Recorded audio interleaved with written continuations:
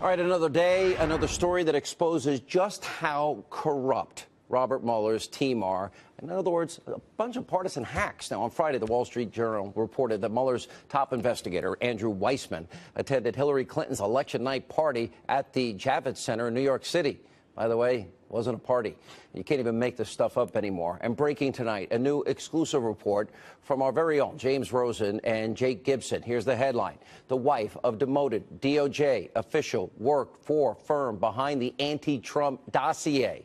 Here with reaction, Conservative Review, contributing editor, former Secret Service agent Dan Bongino. Also with us, former Obama economic advisor Austin Goolsbee.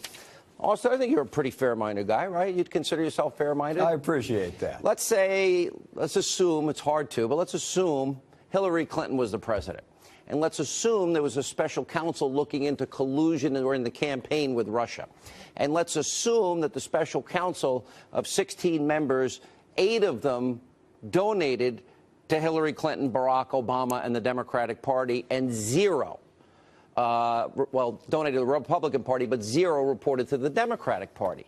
I would say you would say fundamentally that's unfair, right? When Ken Starr was the independent counsel, he was a Republican. His entire staff was made up of Republicans. Now, if people let me fifinish because we got a lot of ground to cover. If people like Peter Strzok and his girlfriend, Lisa Page, if they're sending out, and they work for Mueller in this case, and they're texting each other pro-Clinton and anti-Trump messages, is that bias? Is that unfair? It seems like it was, and that, I believe, is why Mueller, a lifelong Republican, fired that person for sending those texts. And is Andrew Weissmann, hang on, was at Hillary's party on the night of the election, and Andrew Weissmann is also a guy that was overturned by the Supreme Court 9-0, Fifth Circuit Court of Appeals overturned. Innocent people went to jail. He held back exculpatory evidence, and he made up laws that don't exist. Okay, is that, Sean, wait, no, answer the specifics. Is that fair? Is Andrew Weissmann a guy you want looking into,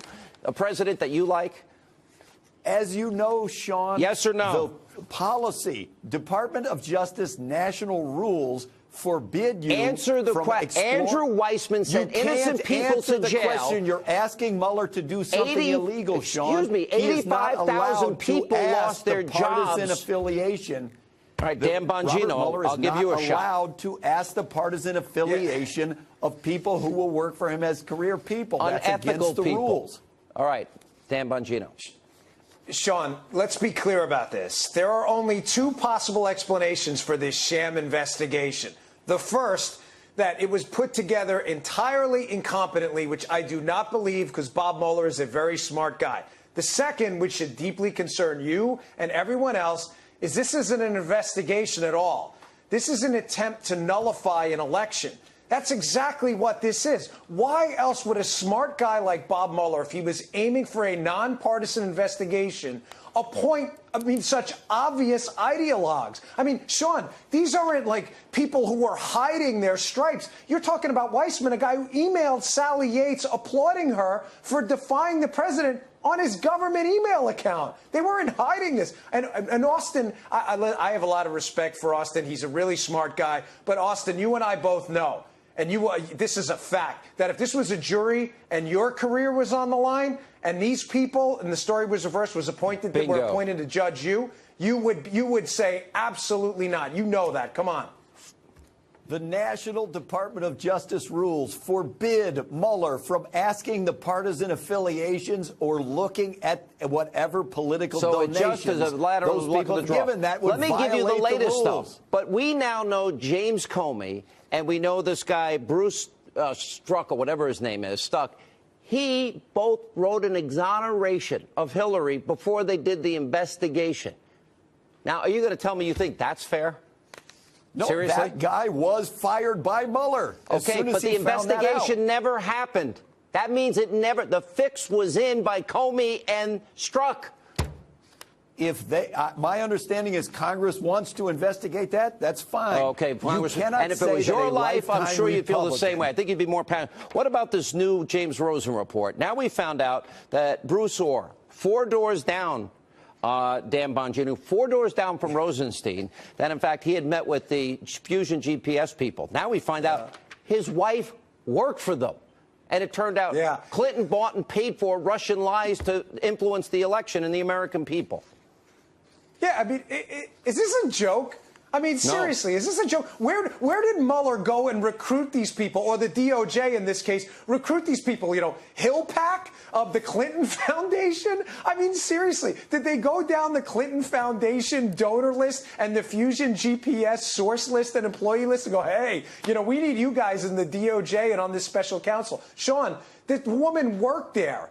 She's married to a guy who had a very powerful position in the DOJ, who, by the way, didn't feel the need to disclose this, that this may have been a conflict of interest. And then, by the way, why wasn't all this stuff told to the House Intelligence Committee a long time ago? Why so cryptic about it if there's nothing to hide? Listen, this is one big joke in the American people, but unfortunately it's going to have real-world ramifications. So Hillary got a pass by Strzok and by James Comey. Do you think Hillary, now that we know they denied it for a year, that her campaign and money, the DNC she was running, according to Donna Brazil, that they paid for this Russian propaganda, these lies to influence the American people? Is that collusion? Are you asking me or yes, sir. Me? I'm asking you. Austin Goolsbee, is that you? Yes. Is that collusion? Look, I don't. Does it sound like collusion to you? Your definition of collusion is that doesn't strike me as collusion. No. If you think that there was some violation of the law, then they should investigate it, just as they are with Donald Trump. Robert Mueller's a lifetime Republican. No. There is no violation of the law with Trump. Disclosing things, they should investigate them. Last word, Dan, real quick. Them doing things that are Austin, wrong. Listen, Austin, with all due respect, there is no violation of the law with Trump, and you know it. This is an effort to nullify an election. I've said many times I don't want there to be. We've got the FBI investigation into Hillary Clinton's emails, raising more questions than answers. My next guest says there are several aspects of the probe that are troubling. Joining me now, former Fed agent Dan Bongino. What do you find troubling, Dan? Well, you know, gosh, it seems like from the start, based on my experience conducting federal investigations, that this thing was set up to fail. I mean, there's no reasonable way to look at this from people with experience to determine otherwise. I mean, I'll give you one right off the bat here. The seizing of the computers from the start. How do you work a case that involves the electronic transfer of information and just recently find out that there was another computer in the Abedin household, Huma Abedin, that they didn't recover? There seems like to me that there's some political pressure from the start to have this investigation not find answers, not actually find answers. Yeah, no grand jury, immunity deals for Cheryl Mills acting as Hillary's lawyers. I mean, there's a number of things that you found problematic, right? And, you know, I think you say, too, that the FBI should not have agreed to forego prosecuting the potential co-conspirators, Cheryl Mills and Huma Abedin. I mean, you call them co-conspirators. Explain that. Yeah, I mean, well, first was the computer. Secondly, you just brought this up, these immunity deals. These immunity deals are preposterous. When I was a federal agent, 999 out of 1,000 cases or whatever it may be, the way you work a potential co-conspirator, Huma or Cheryl, someone who may be involved in this crime, the transfer of information, you don't offer an immunity deal without threat to charge them from the start. Either you charge them, you get them to cooperate, and then when they go in front of a judge at their hearing, they get a 5K letter, which tells the judge they cooperated, be lenient, and the judge can take that into account or not. But you don't offer immunity from the start with no charging document, or I've never heard of anything like this. It's the equivalent, as I wrote in the piece, of saying, help us pretty please, or we'll ask you again. I mean, it's ridiculous. You would never work a federal case like this, again, unless you didn't want to find the answer. And I'm sure that's the case in this one. You know, Dan, you make some great points. And also, a lot of law enforcement, FBI officials, and a number of intelligence officials are saying the standard of gross negligence, the law reads, you do not have to have intent in there. Nobody ever intends to commit gross negligence in handling classified information. Comey introduced that. That was another problem, right? Yeah, that was a huge problem. That is not an element of the crime. If you look up 18 U.S.C. 793, which is an applicable statute of this crime, and you look up Section F, there is no mention of intent. It's a gross negligence standard. Here's the best way to explain it to someone not involved in law enforcement. If you're in a baseball dugout swinging a baseball bat, and the parents ask you to stop because there's kids around, they ask you 5 or 6 times, you continue to do it, and God forbid you hit a kid and hurt him, right. you could potentially be guilty of a crime, even though you had no intention of actually hurting the child. You were just grossly negligent. Right. So that's the best way to describe it to the layman. We've got another WikiLeaks revelation. Hillary Clinton used variations of, I don't recall, 21 out of 25 times. That's according to the FBI notes of that interview. And this was an answering about her private email server. And we've got now a new WikiLeaks email.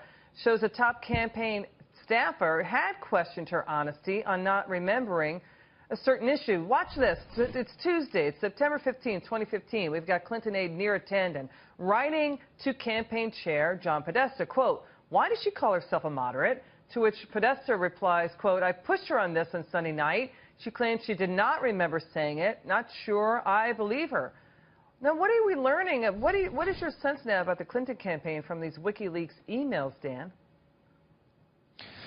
Listen, it seems like Mrs. Clinton, from my experience, having been a federal agent and a Secret Service agent, spending a lot of time around the Clinton camp, one of the things you need to understand about them is they are very, very insulated. They are insulated to outside criticism.